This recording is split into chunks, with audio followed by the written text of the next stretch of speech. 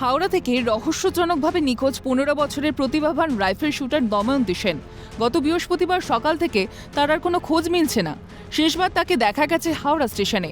মধ্য হাওড়া 30/2 উমাচরণ ভট্টাচার্য লেনের বাসিন্দা দময়ন্তী। পরিবার সূত্রে জানা গেছে বৃহস্পতিবার সকালে বাড়ির কাছের একটি দোকানে কেনাকাটা করতে বেরিয়েছিলেন তিনি। তারপর আর বাড়ি ফেরেননি। অনেক খোঁজাখুঁজি করেও হদিশ মেলেনি এই কিশোরী শুটারের। আশ্চর্যজনকভাবে নিখোঁজ হওয়ার সময় দময়ন্তীর মোবাইল ফোনটি তার বাড়িতেই ছিল।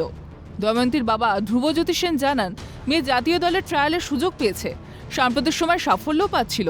প্রতিদিন সকালে নিয়ম করে অনুশীলন করত দময়ন্তী, তাই প্রতিদিনের মতো বুধবার রাতেও তাড়াতাড়ি ঘুমিয়ে পড়েছিল। বাড়িতে কোনো ঝামেলা বা অশান্তি কিছুই হয়নি, কিন্তু তারপরেও কি হলো কিছুই বুঝতে পারছি না। ও আমার নাম্বার পর্যন্ত জানে এবং রাগ বা আমাদেরকে মারধর বকা এরকম তো ঘটনা এটা নয়। এটা তো বোঝাই যাচ্ছে না। ওর ডায়েরি প্রত্যেক দিনকার ডায়েরি লেখে যে মেয়ে এত সুস্থ স্বাভাবিক, আগের দিন খেলে এসছে।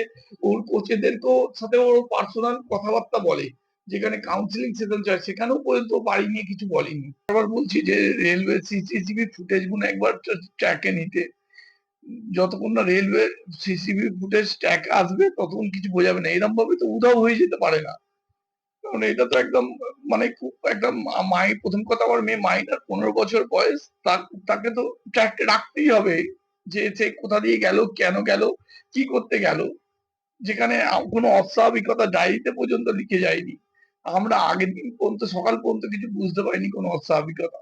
সেই জন্য আবেদন করছে অতি দ্রুত যাতে পুলিশ নড়ে চড়ে বসে ব্যাপারটাকে দেখে।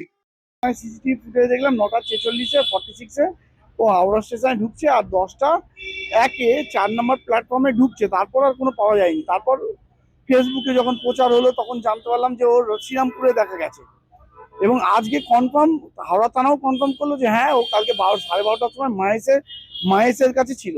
সেই জন্য আমি খুব ওয়ারিড ও যেন বাড়ি ফিরে আছে। আমি আপনাদের মাধ্যমে ওই করছি আমার বড় মেয়ে যেন বাড়ি ফিরে আছে।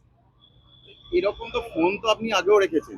আগে বহুবার ওই জমা দিয়ে দেয়, আমাদের মধ্যে কোনো ইস্যু না। এবার বন্ধু বান্ধবের মধ্যে কিছু হয়েছে কিনা আমি জানি না, কিন্তু বাড়িতে আমার বাড়িতে পুরো সিসিটিভিতে মোড়া উইথ সাউন্ড, কোনো রকম বকাবকি কিছু হয়নি। আমি কিছু বুঝতে পারছি না।